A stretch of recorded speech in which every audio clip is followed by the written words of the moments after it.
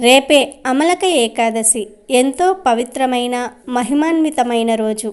ఈరోజు ఏమి చేయకపోయినా సరే ఈ ఒక్కటి స్నానం చేసే నీటిలో వేసుకుని స్నానం చేస్తే జన్మల పాపాలు, దోషాలు, దరిద్రం మొత్తం ఆ నీటి ద్వారా పోయి మీ దేహం పరిశుద్ధమవుతుంది. మీ శరీరానికి దివ్యశక్తి వస్తుంది. చెడు ఆలోచనలు పోయి దేనినైనా సాధించే మనోధైర్యం వస్తుంది. అన్ని దోషాలు పోయి మీ శరీరంలోని వ్యాధులన్నీ కూడా నయమవుతాయి. ఎప్పుడైతే మీరు దీనిని నీటిలో వేస్తారో అప్పుడు ఆ నీటికి అత్యంత శక్తి వస్తుంది. ఆ నీరు మీ శరీరంపై పడితే అత్యంత దివ్యశక్తిని మీ శరీరం గ్రహిస్తుంది. అమలకి ఏకాదశి రోజు ఇలా చేస్తే నరదృష్టి, దృష్టి దోషాలన్నీ కూడా పోయి మీరు దేనినైనా సరే సాధించే శక్తిని పుంజుకుంటారు.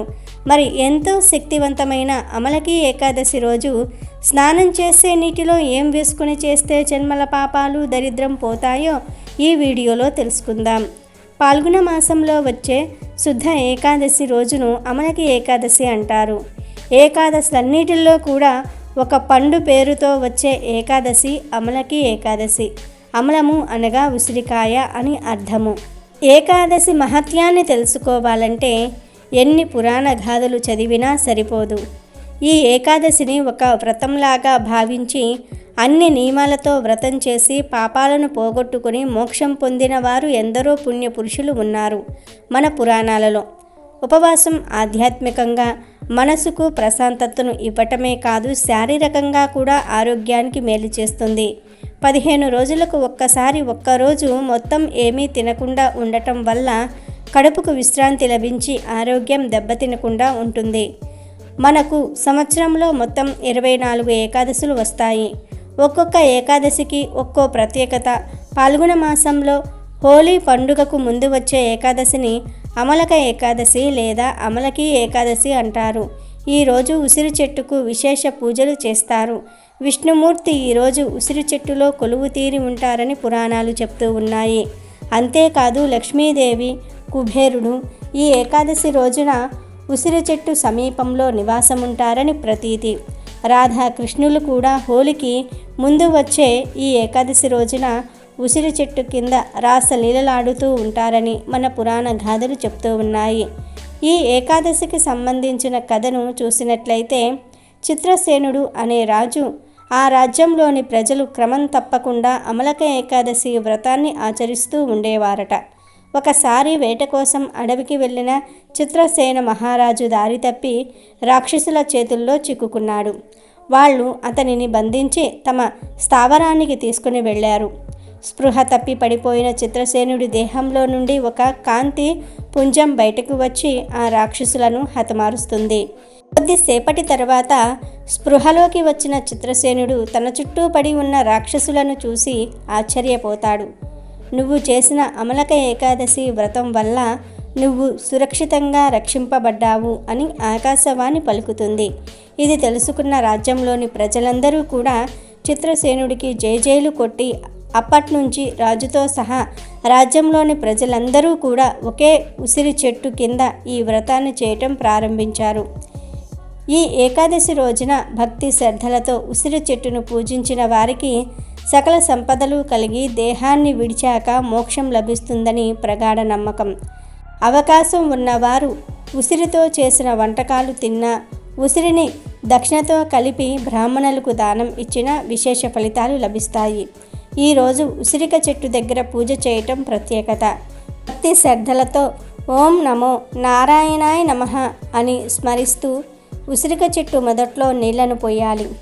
ఆ తర్వాత చెట్టుకు పసుపు, కుంకుమ, గంధం పూలతో అలంకరించి దీపం, ధూపం, అరటి ఆకులో అరటి పండు నైవేద్యం పెట్టిన తర్వాత చెంబులో కొన్ని పసుపు నీళ్లను పోసుకొని అందులో తెల్లని దారం ఉండను వేసి దారాన్ని పచ్చగా తడవనిచ్చిన తర్వాత పచ్చగా పసుపు నీటిలో తడిచిన ఆ పసుపు దారాన్ని ఉసిరిక చెట్టునకు సవ్యదిశగా ప్రదక్షిణలు చేస్తూ చుట్టునకు ఓ వరస చొప్పున 13 చుట్లు శ్రీ మహావిష్ణువును స్మరించుకుంటూ చుట్టిన దారాన్ని నిష్కల్మషమైన మనస్సుతో ముడివేయాలి.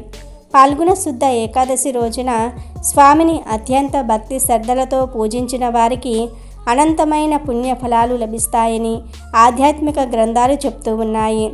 పాల్గొన మాసంలో వచ్చే శుద్ధ ఏకాదశినే అమలక ఏకాదశి అని అంటూ ఉంటారు. ఉసిరికాయనే అమలక ఫలం, ధాత్రి ఫలం అని పిలుస్తూ ఉంటారు. కార్తీక మాసంలో జరిపే శివారాధన విషయంలో విశిష్టమైన స్థానాన్ని కలిగినదిగా కనిపించే ఉసిరికాయ పాల్గొన మాసంలో శుద్ధ ఏకాదశి రోజున శ్రీ మహావిష్ణువు స్వరూపంగా భావించబడుతోంది. అందువలన ఈ అమలక ఏకాదశి రోజున ఎవరైతే ఉసిరి చెట్టు కింద ఏకాదశి వ్రతాన్ని ఆచరిస్తారో వాళ్ళ నివాసం పుణ్యాలకు పుట్టినిల్లుగా మారుతుందని, భోగభాగ్యాలతో తులతూగుతూ ఉంటారని చెప్పబడుతోంది. దీనిని బట్టి అటు శివ పూజలోనూ ఇటు కేశవుడి ఆరాధనలోనూ ఉసిరికాయకు గల ప్రాధాన్యతను అర్థం చేసుకోవచ్చు. ఈ రోజున ఉదయాన్నే తలస్నానం చేసి పరిశుభ్రమైన వస్త్రాలను ధరించి ఉపవాస దీక్షను చేపట్టి శ్రీ మహావిష్ణువును సేవించుకోవాలి. రాత్రంతా జాగరణ చేసి మరునాడు ఉదయం ద్వాదశి ఘడియలు ఉండగానే స్వామిని పూజించి ఇష్టమైన నైవేద్యాలను సమర్పించవలసి ఉంటుంది. ఈ ఏకాదశి రోజు ఉపవాసం ఉండాలని కొంతమందికి కోరిక ఉంటుంది. కానీ శారీరక పుష్టి లేని వారికి కొబ్బరి నీళ్లు, జ్యూసులు మొదలైన ద్రవ్య పదార్థాలు త్రాగుతూ కూడా ఉపవాసం చేయవచ్చును. భగవంతుడు తనపై భక్తి కావాలనే కోరుకుంటాడు.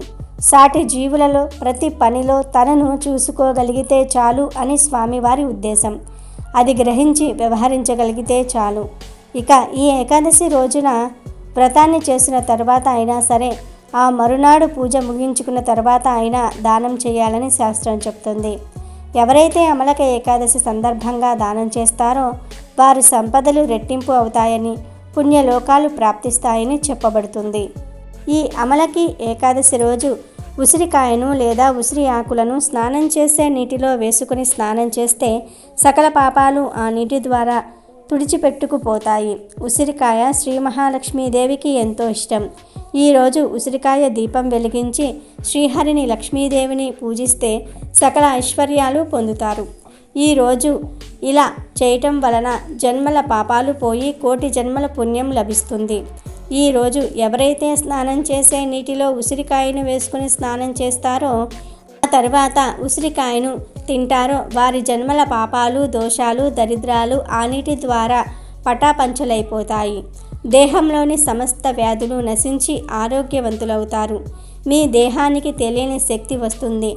దేనినైనా సాధించే శక్తి వస్తుంది. కోటి జన్మల పుణ్యం వస్తుంది.